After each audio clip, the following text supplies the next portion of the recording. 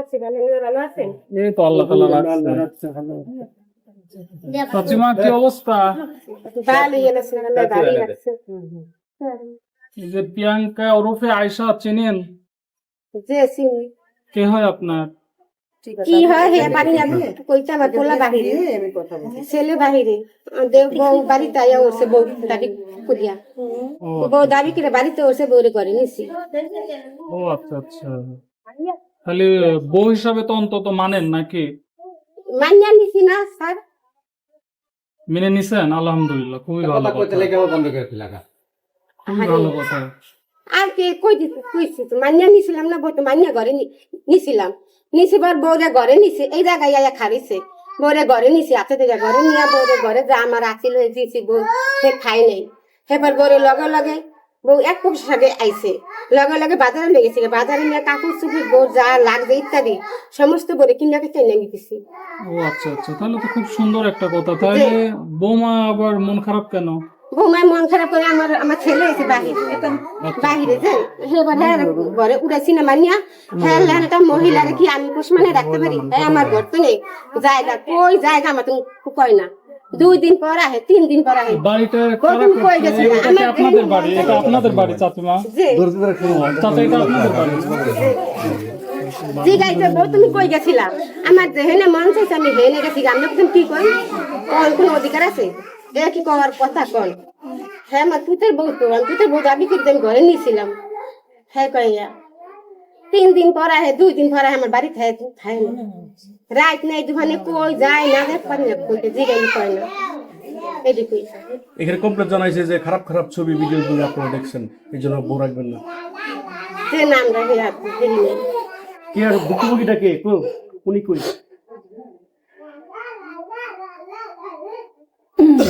আচ্ছা উনি বাবা কে? বাবা শ্বশুর কে? সবাই দেখবা একটু আপনি যদি যাইতে সামনে একটু ওইদিকে কথা বলতে আপনার সাথে, আপনার সাথে একটু কথা বলবো আমরা। তো কথা বলবেন দেখি, তো আমি আছি, একটু সামনে যান আপনি। সামনে দিকে যাবো, একটু সামনে ওনার সাথে দাঁড়াবো আমরা। আসলে পিছনে দাঁড়িয়ে কথা বলাটা কেমন দেখে না বাবা? একটু সামনে দাঁড়া, চাচিমার সামনে দাঁড়া, একটু কথা বলুন। বিষয়টা হলো যে আপনার ছেলের বউ সম্পূর্ণ ভারী টাকা দিছে, আপনাদের লোন পরিশোধ করছে, তার মোটামুটি ধারণা হলো 1.5 কোটি টাকার মতো আপনাদের দেওয়া হয়েছে। এখন প্রমাণস্বরূপ সম্ভবত 87 লক্ষ টাকা বা 90 লক্ষ টাকা দেওয়া আছে। আপনি এই বিষয়ে কিছু জানেন কিনা একটু? ভাই না, আমি কোনো টাকা পয়সা আনি না। তাহলে এই বাড়িটা কিভাবে করতেছেন? বাড়ি কিভাবে করতে আছি, হ্যাঁ, এই প্রশ্ন যদি করেন তাহলে আমার দেশের মানুষ যারা আছে ব্যক্তিদের লাগে না?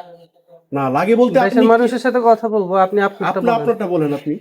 আমি তো করছি আমার টাকা দিয়ে করছি। আপনি কি কাজ করেন? আমি কৃষি কাজ করি। কৃষি কাজ করতে তো টাকার তো আসলে সম্ভব না যদি আপনি একলা করেন। আমার 2 ছেলে বাহিরে আছে না? 2 ছেলে বাহিরে, হ্যাঁ। সে কত টাকা করে পাঠায়? এক একজনে 50,000 60,000 পাঠায়। হুম। তারা কতদিন ধরে আছে? বড় ছেলে তো মালয়েশিয়া আছে আজকে 4 বছর। মালয়েশিয়ার আগে কোথায় ছিল? আগে ওমান ছিল 6 বছর। ওমানে 6 বছর ছিল। হুম। আচ্ছা, এখন আপনার ওই সাগর ছেলেটা কি বড় না ছোট? বড় ছেলে। আপনার ছেলের বউ এখানে ওমানে সম্ভবত বিয়ে করছে, তাই না? সেখানে মনে সম্ভবত বিয়ে হয়েছে, আমাদের যা বললো আমাদেরকে। তো সেখানে কিভাবে বিয়ে হলো আপনাদের ছাড়া? এটা আমি বলতে পারি না, এটা আমি বলতে পারি না, কিন্তু হাই বউ দাবি করে আমার বাড়িতে আইছে। হ্যাঁ, আওয়ার পরে 2-3 দিন ছিল, 2-3 দিন থাকার পরে আমি ছেলের লগে কথা কয়ে আমার সমুদ্রে নিয়ে শরীয়তপুর পরে বিয়া কামিং করেছে। এরপরে হ্যাঁ কামিনে কাগজ কুগজ লিয়ে ঢাকা গেছে।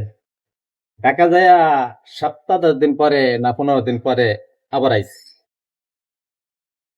আয়া 2-3 দিন রয়েছে ভালোই।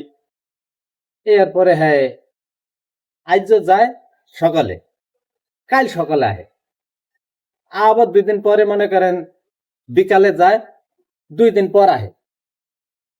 কারণ আমরা যদি জিগাই তাহলে আমাকে মানে কয় হে আপনাকে দরকার আছে, আমার যেখানে দরকার হেন আমি যাই। এসে ব্যবহার কেন করতেছে সেটা হ্যাঁ জানে আল্লাহ, আল্লাহ মাহবুদ জানে, আমি জানি না। প্রথম আসার অবস্থায় কি আপনারা মেনে নেন নাই তাদেরকে? মানে যদি না নিতাম তাহলে কি হারে ঘরে জায়গা দিতাম, আর হিরিয়া আবার হারে নতুন করে বিয়া কামিন করাইতাম।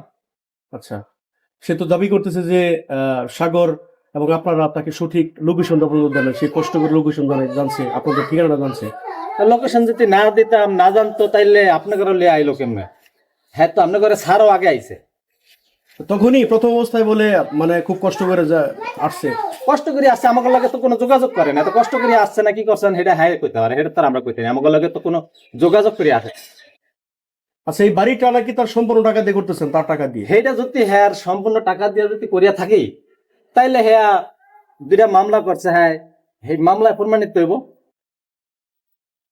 আমি তো মামলা গায়ে দিতেছি না, এই মামলাই তো প্রমাণ হইব।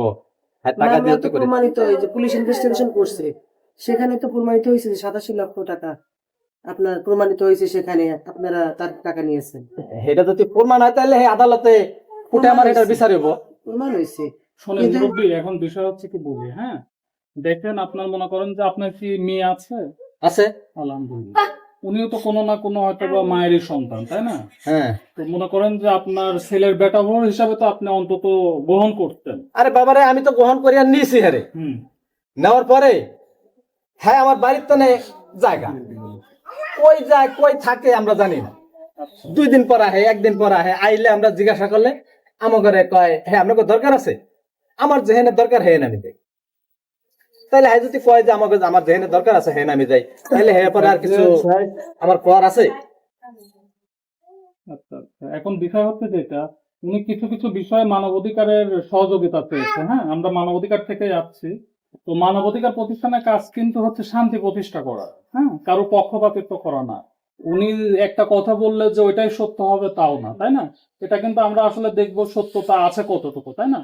এখন তারই পরিপ্রেক্ষিতে আমরা কিন্তু এই এলাকাতে আছি, আপনাদের যিনি অফিসার ইনচার্জ আছে, অর্থাৎ অফিসার আছে, তার সাথে কথা বলে আমরা তার পারমিশন অনুযায়ী এখানে আসছি। হ্যাঁ, এখন বিষয় হচ্ছে যেটা, এই যে আপনি বাড়িটা করেছেন, এই বাড়ি আপনার, জায়গাটা আপনার, উনি যেটা বলেন এই বাড়ি- আমারও জায়গা না, আমার বাবার জায়গা। আচ্ছা যাই হোক, মানে বাড়ির জায়গাটা আপনার, কিন্তু এই যে বিল্ডিংটা করেছেন, এই বিল্ডিং এ হচ্ছে আপনার 80% টাকাই তার অবদান।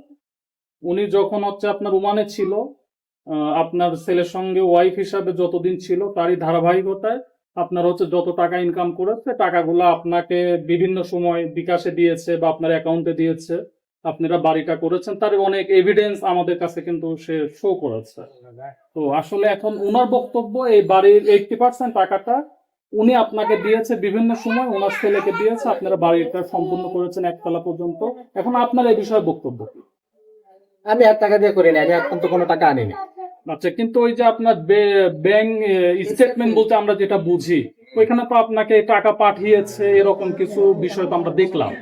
এরকম কোন যদি থাকে, হয়তো আমার নামে 2টা মামলা করছে না, এই মামলায় তো এটা সম্পূর্ণ জাস্টিফাই হইব।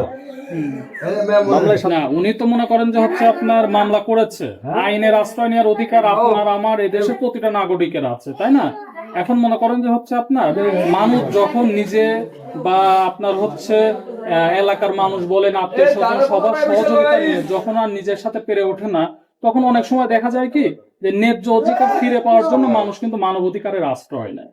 তারই ধারাবাহিকতা কিন্তু উনি আশ্রয় নিয়েছে, বিধায় আজকে আমরা এখানে আসছি। কেন আসছি?